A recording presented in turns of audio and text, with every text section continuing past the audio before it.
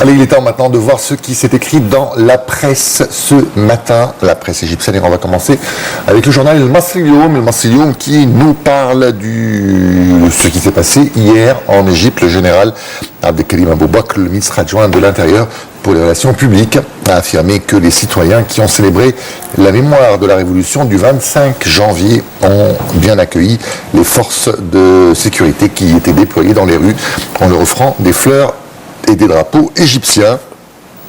M. Aboubakr a ajouté que les membres de la police poursuivront le rôle qui est celui de surveiller la sécurité des citoyens par leur déploiement dans les places principales, indiquant que la station de métro de Tahrir, donc au centre-ville, sera réouverte prochainement.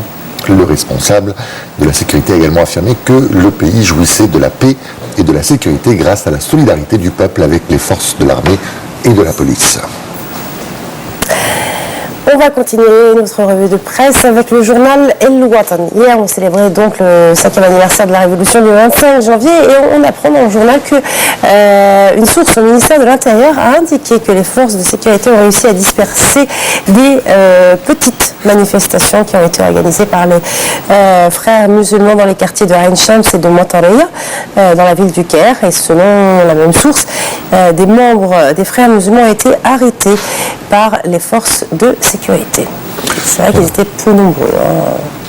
Oui, apparemment, on n'a pas vraiment entendu. Voilà. C'était des micro-manifestations, on va dire. On va maintenant passer au journal Al-Yom Seb qui nous dit que le président de la chambre basse du Parlement russe, Sergueï Narishkin, a déclaré qu'il allait effectuer une visite en Égypte la semaine prochaine.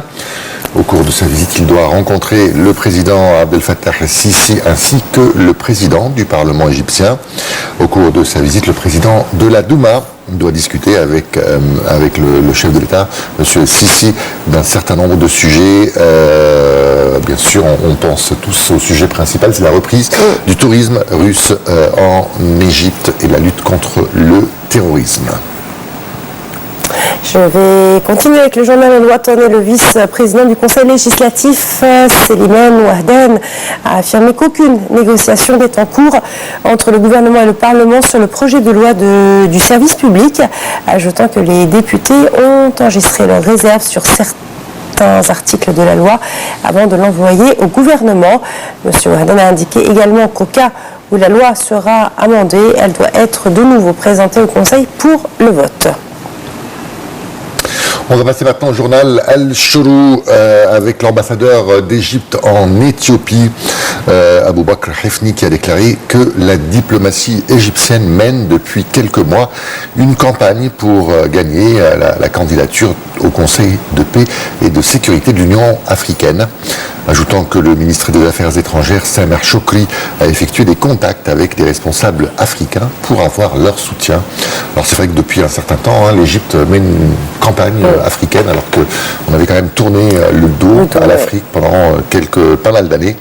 Monsieur Hefni a déclaré donc que l'Égypte déployait des efforts importants pour sauvegarder la paix et la sécurité en Afrique et qu'il faudrait donc 2/3 des voix pour gagner ce poste important au sein de l'Union africaine.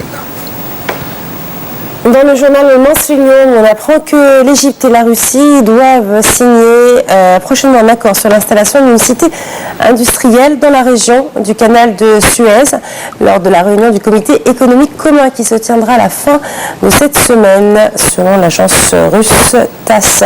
La délégation russe qui visitera le Caire prochainement est composée du ministre russe de l'Industrie et du Commerce, Denis Mantorov, ainsi que de 60 représentants de grandes compagnies russes cherchant à investir en Égypte.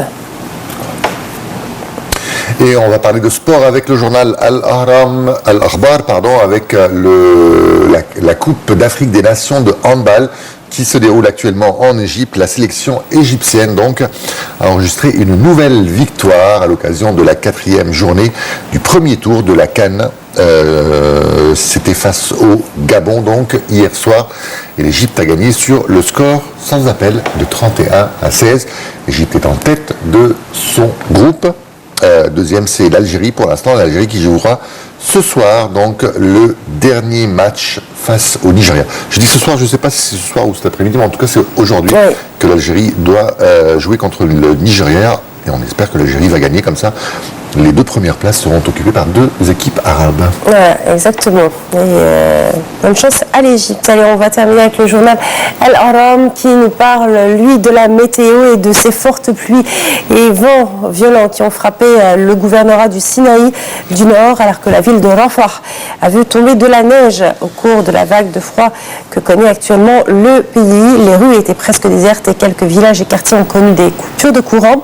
À noter également que les activités de pêche en bord de mer sont complètement à l'arrêt dans plusieurs régions du pays. C'est vrai que Alexandrie, Port Saïd, enfin toutes les régions en bord de mer, il y a des fortes rafales. Oui, la semaine dernière, on avait dit qu'il y avait des vagues de 4 mètres aussi. Oui. Donc, il faut faire attention. Et pour les gens qui sont au Caire, faites attention aussi, puisque la circulation n'est pas vraiment bien à cause de la pluie. Et vous allez mettre à peu près 2 fois plus de temps pour aller d'un endroit à un autre. Donc, prévoyez large, si jamais vous avez vraiment un rendez-vous important.